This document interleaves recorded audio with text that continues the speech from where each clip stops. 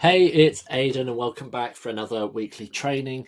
Now, today we're actually looking at the Introverts Guide to Wedding Fairs. And before we get stuck into that, I want to give you a little bit of background as to why we've called it the Introverts Guide to Wedding Fairs. Now, truth be told, when I started with wedding fairs, it was a weird environment. It was very bizarre. I felt really uncomfortable selling myself. It was really I was really sort of struggling to actually get to grips with the concept in and of itself. And for those that don't know me, although I'm quite extroverted in nature, I'm actually an introvert for the most part. And it was kind of a weird dynamic getting put into these situations and like go get gigs. It felt uncomfortable. So I had to learn the quickly that there had to be another way to actually tackle wedding fairs, to going out there and selling. And this doesn't just apply to wedding fairs. This is any sort of gig getting event that you want, really. It's that open and that wide. Now, there are sort of three big frustrations that people face when they're coming down to wedding fairs. Like, the first is this whole idea that they have to catch everybody, and as a result, they're too busy trying to get as many people or stop as many people as they possibly can. And they wonder that they don't get results afterwards. They're not getting bookings either on the day or shortly afterwards. That's big problem number one. Big problem number two is that it's actually really uncomfortable, and some people struggle to actually sell what it is that they do, because they're having to do that whole thing of ego inflation for people and try and pitch it. Like, sales is hard, right? Especially if you've not done any sales training whatsoever, you don't really have much experience with sales, it is hard. And being put right opposite or right in front of people that could book you, having to sell, there's so much pressure, and it's kind of the second big struggle. And the third is, like, a lot of people don't really know what to do at wedding fairs. Like, they don't know what to do. What do I need on my stand? What do I need? Do I need banners? Do I need what am I supposed to actually do at the fair? What tricks do I perform? How do I actually do wedding fairs? And ideally, what we want to do is we want to switch those from this like catching everybody mentality over to catching just the right people, rather than struggling to sell ourselves the entertainment opportunities that we've actually got. We would rather just switch that up and have easy conversations. And rather than being confused in terms of, oh, what do I do? What do I need? How do I get started? Or how do I actually do wedding fairs? We want a really simple, clear-cut action plan. And if you want those, like, that's exactly what we're going to actually get stuck into during this training. And so we're going to get started. Like, I'll move my big head out of the way at this point, and we'll crack on with the session. Now, there are three big mistakes that people actually make when it comes down to wedding fairs. First mistake is that they waste way too much time and money on promotional stuff, whether that's fancy banners and fancy lighting or fancy booths and all of that stuff. And the really big thing to note is that this isn't a Blackpool Magic convention. This isn't like a big pop-up stand, get a load of money. Like, this isn't a market stall at the end of the day. What we're doing here is we're being put in front of prospects that could potentially book us. When we start cluttering up our space with loads of promo materials or loads of different things, like I know a lot of people, myself included, when I got started, was to take big tables and I'd have Rubik's Cubes in bottles, I'd have Rubik's Cubes, I'd have some coins, dies, I'd have all sorts all over my table. So that, yes, they're all tricks, or they're all relevant to what it is that we do as performers, but it was all just distraction. Every time, like, oh, what's that? And oh, what's that? Rather than, who is that? Who are you? More importantly. And that's what we want to do. We want to stop wasting so much time on new banners and fancy promo stuff, because truth is, we actually don't need it, especially if we're just getting started. And just to prove the point, I actually want to show you a picture of one of my most successful stands at wedding fairs.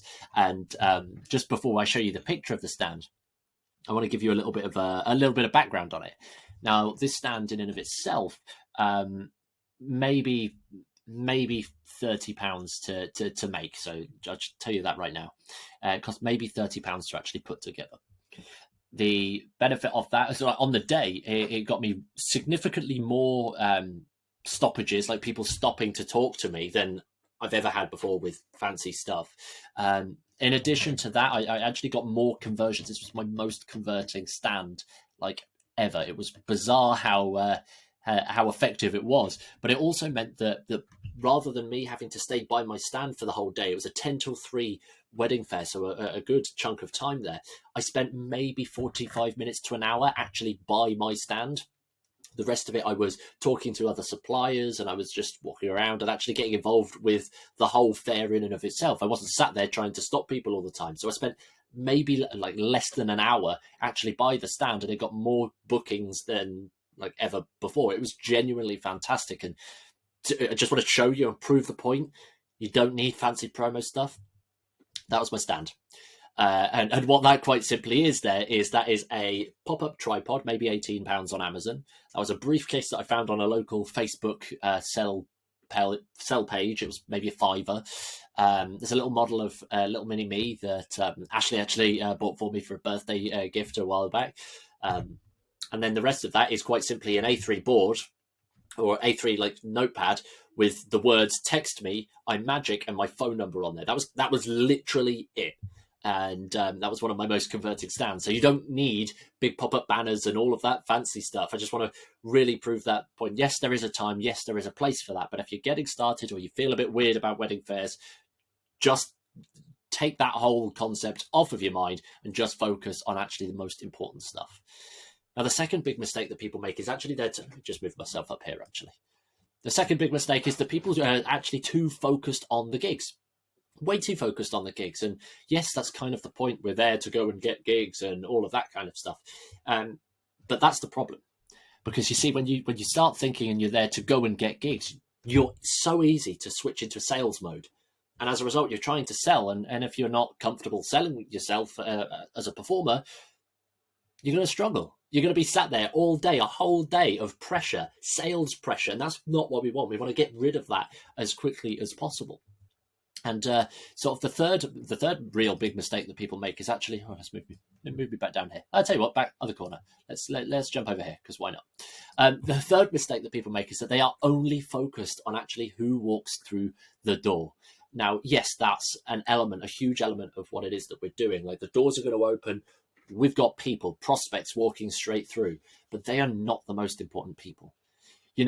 I said this earlier, that I actually spent maybe an hour on my other stand. It's because I spent the rest of the time talking to the team actually of the venue. I was talking to other suppliers when they weren't talking to clients. Actually using that opportunity there was far more effective, because now I was in this beautiful position where the suppliers actually on site on the day enjoyed my company, actually respected me, and they were pointing me out to potential clients. It was just like I was being scouted out by everybody else in the venue. So rather than actually sitting there and trying to stop everybody and have this amazing stand, what I actually was doing was I was using everybody else's sales and marketing and all of their fancy booths and stuff to point back to me without being overt and stuff. So big mistake number 3 is actually only focused on the people that walk through the door.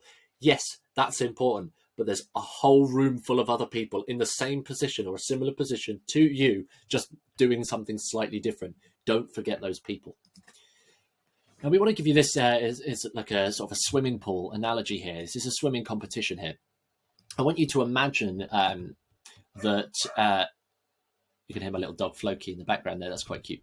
I want you to imagine that you're judging a swimming competition right now. And there are 2 competitors. There's one competitor A, let's call them. They're thrashing around. They're proving that they're really good. They're really catching the eyes of the judges. You're watching them. They're splashing around, but they're also doing the job really, really well. Competitor B, on the other hand, is let's move this just over here. Competitor B, on the other hand, is just treading water, looking elegant. They know what they're doing. It's effortless for them. Which of these is the better swimmer? Is it competitor A, who's really showing off, standing out, really trying to show what they do? Or is it competitor B, the clear and evident pro that's just doing his thing? Well, the truth is, it's actually competitor C. Competitor C being the fish that's actually swimming around in the pool as well. The fish isn't trying to win any competitions there. The fish isn't trying to do anything groundbreaking. The fish is simply doing what it does best, and in this case, swimming. And this is our approach to pretty much everything here at TSM. We don't want to try and wrestle and stand out all the time, because trying to stand out, we get stuck in competition. What we want to do instead is stand in and be as authentic to ourselves as possible, because that's going to make everything easier. And by proxy, by default, we actually stand out, because everyone else, especially at wedding fairs, everyone else is trying to stand out, look good, stop clients. Whereas actually, if we can just play this sort of Uno card, the reverse card in a game of Uno, and actually start standing in. It happens in a very, very different way. Now, with that said, we've got some worksheets actually for this. If you haven't managed to download a copy of the worksheets, just comment worksheet down below, and either myself or the team will be able to get you the downloadables. So the chili metaphor here, this footfall heat map, there's kind of three key stages the footfall will happen at these events. People will be coming in looking for a few different things. And I'll give you a hint now. They're not all coming in looking for entertainment. Right, some people are still trying to set a date. Some people are still trying to look for a venue. Some people are still trying to book a photographer and do all of the essentials. Whereas we know that entertainment is an essential, but in their mind, they're not there. They're not ready. And that's what we call like cold clients right now. They're cold because they haven't really seen your value. They haven't been warmed to entertainment as an option yet. And more importantly, it's just not on their mind. Second to that are people that kind of get the importance of entertainment, but they're new to your world. This is the first time that you're meeting them. They're warm in the sense that you have a solution that they're looking for, but you're not just there yet. They're not going to be instant yesing, and that's what we want to get to. And then this top portion of the chili pepper, it's a random metaphor. It's the first thing that came to mind, almost like Nando's. They rate their dishes based on the heat of the chili pepper, so we've kind of stolen that for this this example. What we want to do is like this hot portion of the chili pepper is like the people that are looking for entertainment and they like you, they really understand and resonate you. And what we want to be doing, especially at these fairs, is optimizing for the hot clients here. We don't want to be trying to convince cold people to stop and pay attention to us, because worst or the best case scenario really is that we move them into just the warm category. We just get them into this warm category, and that's not going to be an easy sale. We still have to do a bit of leverage sales because the relationship just isn't there. They kind of get you, they get what you're doing, but they're not 100% convinced. What we want to do is we want to get the people that are already warm and stop the right people here, the people that are already warm to entertainment, and get them hot and get them saying, yes, they must want us, because that's going to make our lives easier. And that's part one of where this easy conversation actually comes in. We're not trying to sell here as we would be from going straight cold all the way up to hot here. We're actually just having an easy conversation to get people and make sure that they're a good fit for us and we're a good fit for them. More importantly, and again, another example here is like, everything all just glitched out there. But there's two sort of overlaps here, and there's two different stages. We mentioned it a second ago. We've got the people that walk through and the planning stage of the event. Are the right people walking through the door? Sometimes it's the mother of the bride. Sometimes it's just friends that have just stopped in. That has happened before. They just stop in and think, well, why not? Let's have a look around, and out of curiosity. Are the right people walking through the door, and are the right people at the right planning stage coming through the door? Because although we could spend ages stopping absolutely everybody that walks through the door, we already know that they're not at the right planning stage, and as a result we're hustling and grinding and doing an awful lot to try and stop everyone and convince everybody to go all the way up to the top of the chili pepper, and that's not what we want. What we want to do is stop the right people at the right planning stage, and that's where we're going to pick the people that we work with. Now, is this going to be a drastic opposite to the numbers game? Rather than stopping everyone, are we only going to be looking for a small handful of people in a day? Yes, you are. Because at the end of the day, the point here is that we want to make this easy. We want to make this effortless. And we don't want to have to try and scoop everyone and have to follow them up with email campaigns and follow them up by messages and phoning them. We don't want to have to be like that. We want the people that are most interested, because it's just going to make our life easier. And there's a little worksheet that we're actually going to run through right now. Let me see if I can. Okay, give me just a second. The worksheet is not loading. So what, we'll jump to this worksheet in just a second. Okay, so computer's having a little bit of a glitch, so we're just going to work through from this image here. But you can, again, you should have a copy of this actually in the worksheet. Now, what we want here is we want to create your MVP battle plan for these wedding fairs right now. And there's a few sort of key components. Let me move my head over here just so I'm not blocking up any of the boxes. There we go. There's a few key things. We're going to just run through it straight away here. So to start with, we've got this primary objective. And one of the big problems that people face is that they go into wedding fairs in the hope to get gigs, to get these gigs right now. but they don't know what the actual objective is. Are they booking on the day? Are you collecting deposits? Are you setting appointments? Are you just getting them onto an email list? Like, what is that primary objective? And we don't want multiple things here. We don't want you to be ready to take bookings and ready to take deposits and ready to do all of these other things. Instead, we want to optimize for just one outcome right now. Truth be told, I'll give you mine right now just so you can see or see a little bit about my process. I'm just optimizing for emails right now. That's all I'm doing. I'm just getting names and emails, regardless of whether they 100% yes or 100% no. I'm just collecting emails right now so I can do good follow-up through email. That's my primary objective. It'll be different for you, and I would encourage that it is different for you. But you do definitely want some form of data collection, regardless of whether that's through deposit booking or appointment setting or anything like that. Now, primary objective, again, super clear. What's the one thing that you are optimizing your wedding fairs for? Step number 2 is the minimum requirements. What are the absolute minimum requirements in order to meet your primary objective? What are the minimum here? What are the few things that you need? And again, we already know at this point, we want the right people at the right stage of the booking. So this is going to be the right clients, like the couple themselves 9 times out of 10, at the right stage of the booking. Well, they're interested in talking about entertainment or interested in looking for entertainment. That's maybe part of your minimum criteria. And I would argue that that is perhaps the most fundamental part of your minimum criteria right now. Other minimum requirement is quite simply they're open to the option of hearing more about what it is that you're doing. In which case, if they are the right people, they're at the right stage of discussing more about entertainment, and then more importantly, right and open and willing to hear about it from you, maybe that's all your minimum requirement. You just need to get their email there and then. Really sort of simple there to understand, like, what are we optimizing for and what do we actually need them to do? And for you, it might be different. Let's play the example that you're just booking appointments. The challenge that I found when trying to book appointments on the day is that people don't have their calendars accessible to them there and then because they're just not ready for that. So as a result, it can be much more difficult to get that primary objective happening. We want the absolute path of least resistance. What is easiest for you, easiest for them. Because remember, we're optimizing for easy conversation, nothing complicated, weird, or salesy here. But let's say, for the example, like you are optimizing for appointments. Primary objective, we want appointments booked. Minimum requirements, well, they have to be interested in booking entertainment. They have to be at the right stage of booking entertainment.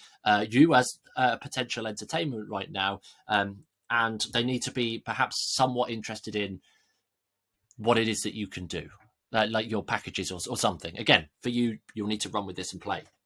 But the aim here is that these top two boxes, primary objective and minimum requirements, you're just getting super clear in what you're actually optimizing the heck out of your fairs for. These are the direction you're going. This is going to inform everything else right now.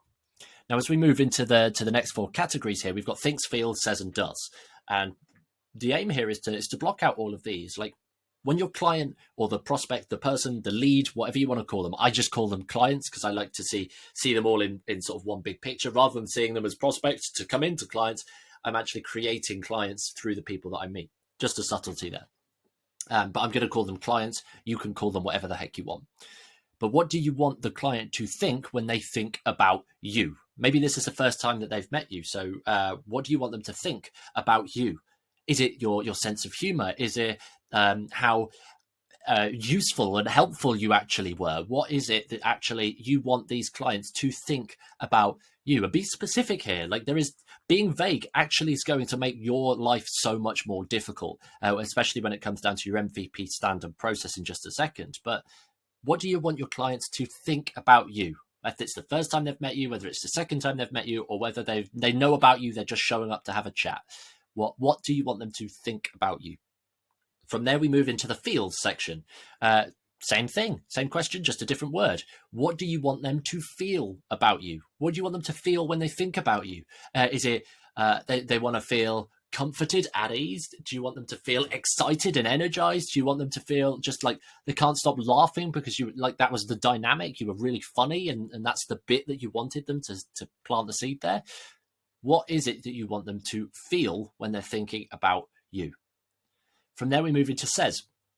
What do you want them to say about you? What is it that they are saying to their friends, to their family, to the other half that may or may not have actually showed up on the day?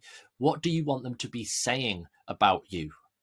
Okay, and again, be very specific here. Thinks, feels, says, and finally does. What do you want them to do now they've met you? Ideally, primary objective. Go ahead and actually get your name and email address on there. But what else do you want them to actually do? If they are here, say, on their own, or they've come out with their friends, I know that a few wedding fairs, it's quite common for the bride to go with her girlfriends actually out to go and have a look around this, and then they'll update the groom or the other half actually when they get back, just because of work or because somebody didn't want to actually go to the event in the first place. But what is the does? What is the does for you in addition to that primary objective of give you their email address or give you their phone number or anything like that? What is it that does? What do you want them to do after they finish talking to you in that fair? Because again, it's not just limited there. You've got the other suppliers. Like, how do you want them to engage with the other suppliers? What is it that you want them to do? And now this might seem very vague here in terms of like, well, how is this helpful to actually mastering my wedding fairs? How do I do better wedding fairs? Yes, I know what my primary objective is and what the absolute minimum criteria to achieve that is. But then what the thinks, the feels, the says, the does, what's the point in any of that? And the point in all of that is that this is MVP stand time. Like, your stand, you don't want it cluttered. You don't want loads and loads of stuff. You only want things that are on your stand or on. We'll do stand and process separately. Maybe we imagine drawing sort of a line in between that category, stand and process. In terms of the stand, you only want things on that stand that will allow the client to think, feel, say, and do the things that you want. For example, having a bunch of Rubik's Cubes and a couple of decks of cards and coins and all of that stuff. If they want, you want them to think, oh my gosh, he just knew what he was talking about. He was so to the point, so clear, like perfect. Well, you don't want all of this stuff because it's going to prove as a distraction to that one message. Let's say that you want them to feel absolutely, you want them to feel. I'm trying to give a different example around this, but let's say you want them to just feel like they've had a good time with you. Very vague there, but you want them to feel like energized, excited that they've actually met you, and you could be entertaining their guests.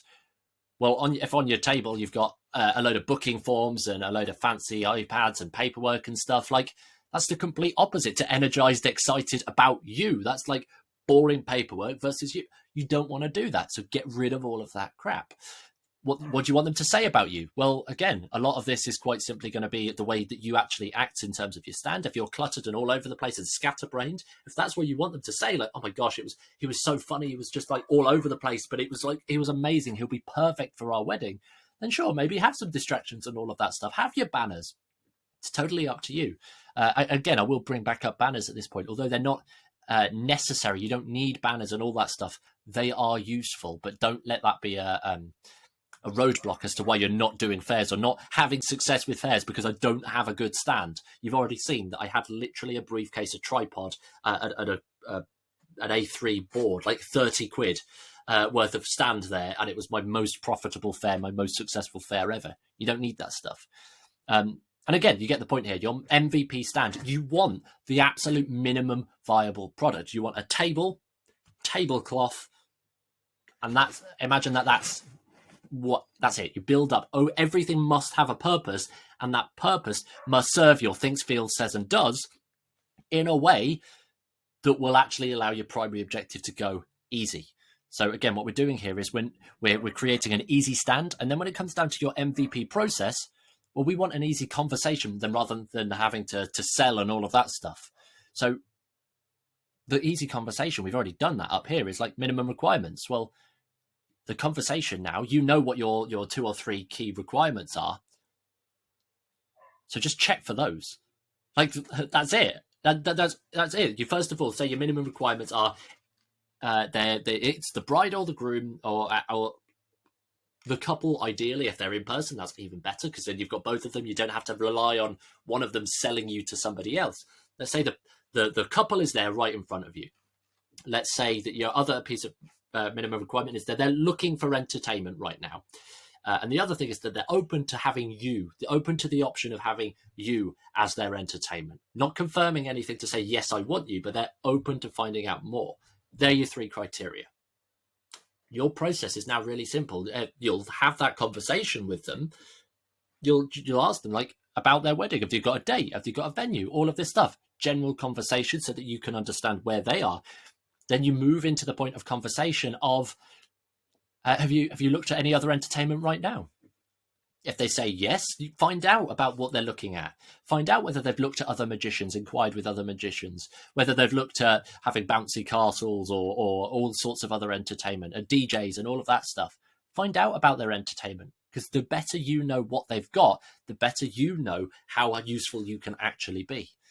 And then don't be afraid to tell them what you do. Actually, just move the conversation, because that's what you're there for at the end of the day. They know that they're, and this is the best bit, all of these people are expecting sales pitches, because that's what they've signed up for, to meet suppliers and stuff. They're expecting sales pitches. And the best part about that is that all of the other suppliers are flipping giving them. Everyone else is selling out their clients and stuff here. And what we're doing, we're not standing out and selling at that point. We're having easy conversations and standing in. So all we need to do is just have that conversation. They're expecting you to tell them what you can do. So just tell them. There's no pressure behind it. And if you want, all you're after is an email address on a form that you've got on an iPad or a laptop or something, would you be open to discussing entertainment in a little bit more depth?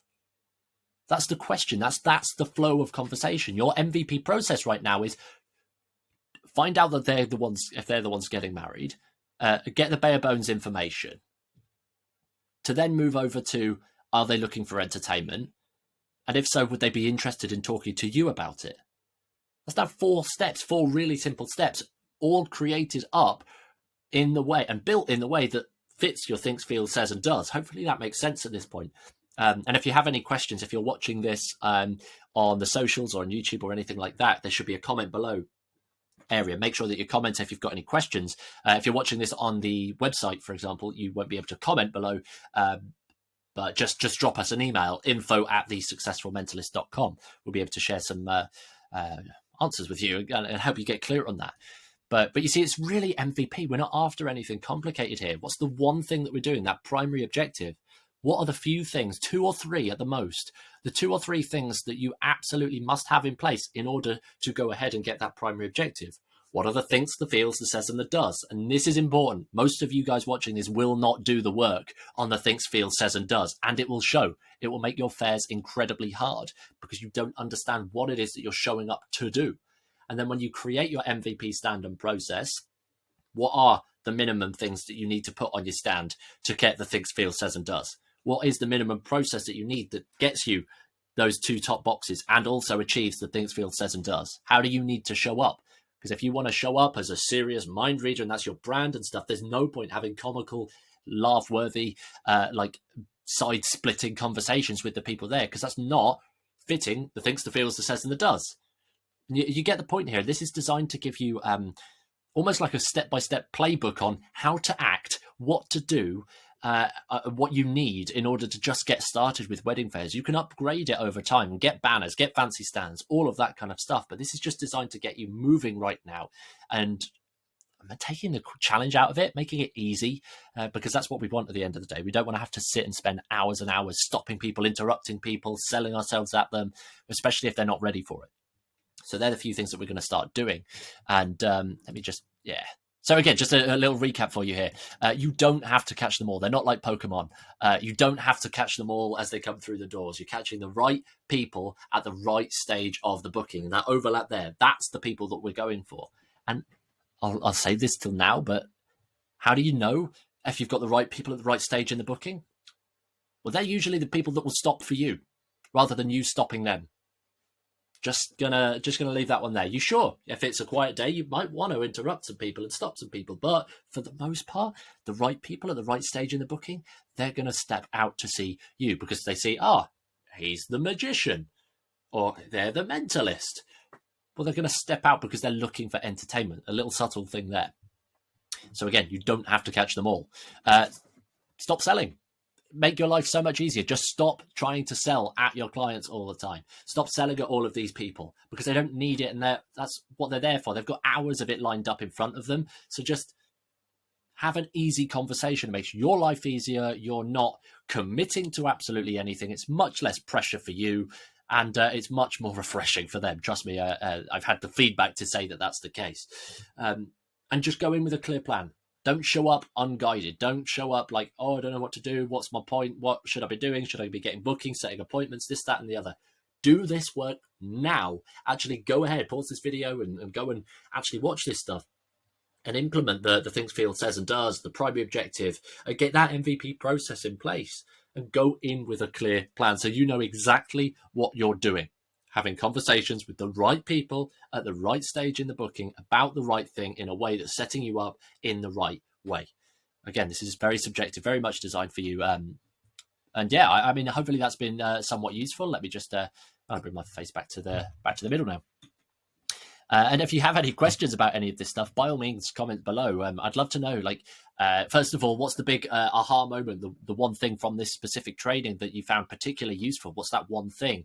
Drop that in the comments. And equally, if you've done some fairs before, what have you done that you found particularly interesting? Was there anything in this training that you disagree with, or you found different yourself? Is there something that you're actually going to take action and implement on based on this training? I hope there is. And again, let us know in the comments below. And yeah, if you're watching this on the website, you won't be able to do that. But that's the joys of joining the TSM community. The TSM community gets access to all of these trainings before anywhere else. So if you want to join the TSM community, head over to thesuccessfulmentalist.com/community. You'll be able to stay up to date and get all these trainings well in advance of the rest of the world. But yeah, with that said, thanks for showing up, watching, and go smash some wedding fairs.